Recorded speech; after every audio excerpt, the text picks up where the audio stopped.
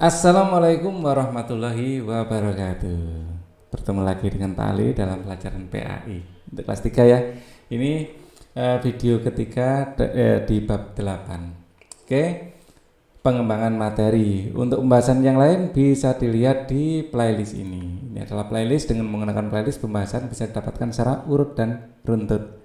Linknya ada di bawah di kolom deskripsi. Nah, sebelum belajar, marilah kita berdoa dulu.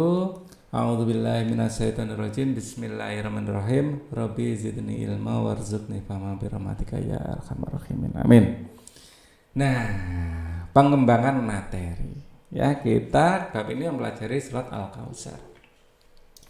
Allah Subhanahu wa taala menugaskan manusia sebagai khalifah di muka bumi yang dapat menjaga hidupnya dan menjaga kehidupan lingkungannya. Termasuk ke dalam istilah lingkungan adalah sesama manusia dan alam. Nah, itulah ringkasan tugas manusia sebagai khalifah. Cara menjaga kedua kehidupan tadi adalah dengan mengikuti petunjuk Allah Subhanahu wa taala sebagaimana telah disampaikan oleh para nabi utusannya. Petunjuk Allah Subhanahu wa taala untuk menjaga kehidupan diri dimulai dari kewajiban makan untuk hidup secara sehat dan halal. Makan harus halal, sehat, seimbang. Nah, lalu melindungi diri dari bahaya panas dan dingin, misalnya membuat rumah untuk berlindung. Untuk memenuhi kebutuhan hidupnya manusia tersebut, ya, Allah memberitahu melalui ayat-ayat dalam Al-Quran. Ya, ayat pertama, Inna a'tainakal kautsar. Nah, sesungguhnya kami telah memberimu nikmat yang banyak.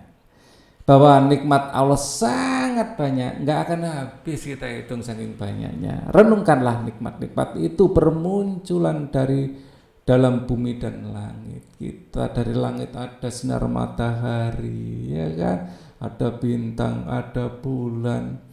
Semuanya itu ya adalah karunia, nikmat Allah.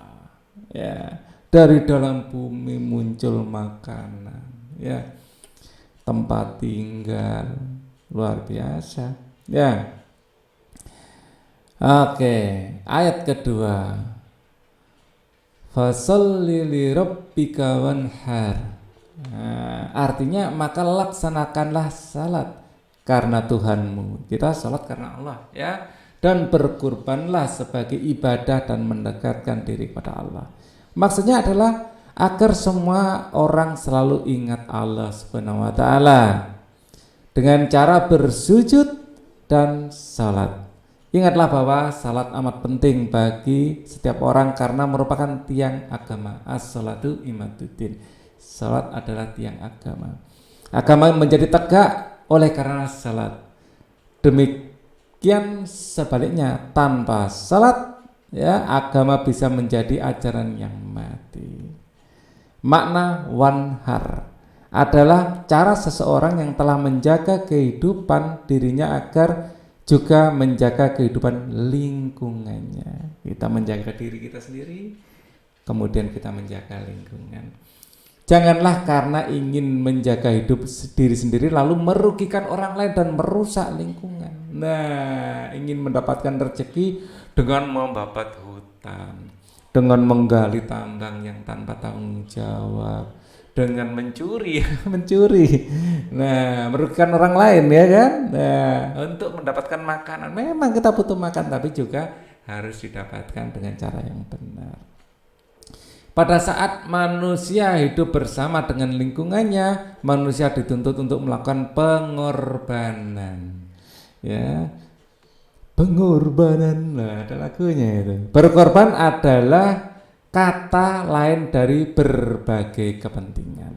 Di sanalah tumbuh ajaran mengenai saling menghormati. Ya, kita mengorbankan sesuatu untuk menghormati orang lain. Ya, jadi Tolong menolong, kita juga mengorbankan sesuatu untuk menolong orang. Bersedekah, kita mengorbankan sebagian harta kita untuk bersedekah, berkorban. Zakat dan sejenisnya, kita mengorbankan sesuatu.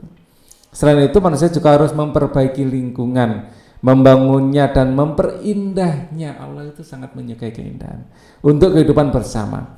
Bukan sebaliknya, hidup sesukanya, semau gue ya, hingga membahayakan manusia lain dan lingkungan.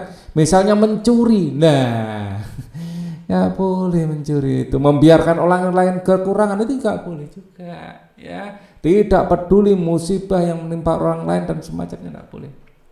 Ayat ketiga, inna zani'aka huwal abtar. Sungguh orang-orang yang membencimu dialah yang terputus dari rahmat Allah. Nah, para hater itu ya adalah orang yang terputus dari rahmat Allah.